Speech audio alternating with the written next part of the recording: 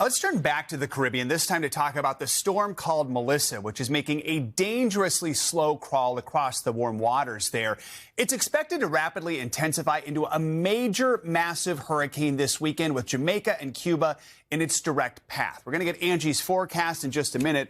But first, let's go to NBC's George Solis, who's in Kingston, Jamaica. And George, I know residents are bracing for potentially deadly flooding there. Yeah, that's right. Good morning, Joe. We are starting to feel some of the impacts of Tropical Storm Melissa that could turn into a hurricane at any moment. Now, it's not intense yet, but that is expected to intensify over the next several hours. The island now under a hurricane warning. That means those fears of life-threatening and catastrophic flooding are now becoming closer to a reality.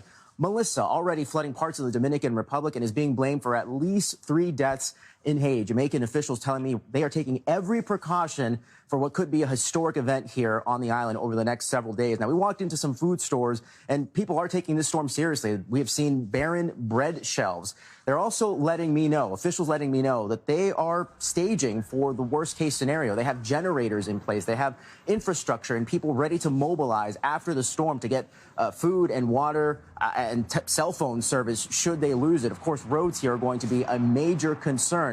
Now, one government official telling me that after Hurricane Beryl hit here last year, keep in mind that was not a direct hit here on the island. They learned a number of lessons, but do acknowledge that if this ends up becoming a Category 4 or 5 storm, they could be operating under an entirely different playbook. Now, the other concern here are those communities where people might be reluctant to leave. One in particular, Port Royal, where we visited, residents saying they usually weather the storm. Now, there are no mandatory evacuations yet, but we could see that change later today.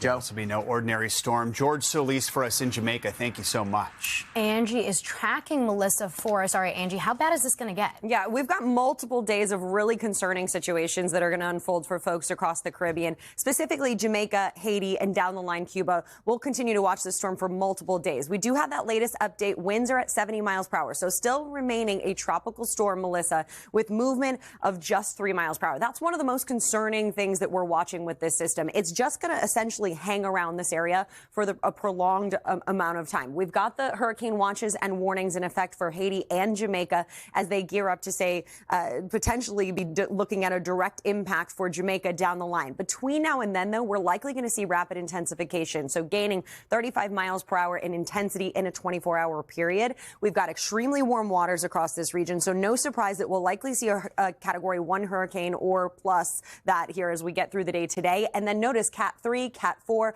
By the time we're looking at direct landfall to Jamaica on Tuesday early morning hours, 145 mile per hour winds. Between now and then, we're going to get a whole lot of rain across this region, and that's going to be a whole other impact that we're concerned about.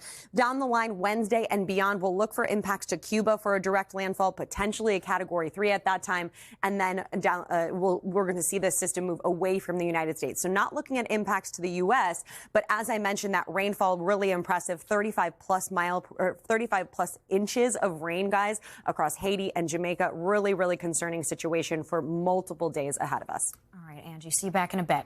Hey, thanks for watching. And don't forget, you can catch the Today Show every morning on NBC or take Today when you're on the go. Just follow the Today podcast on Apple Podcasts, Spotify, or wherever you listen.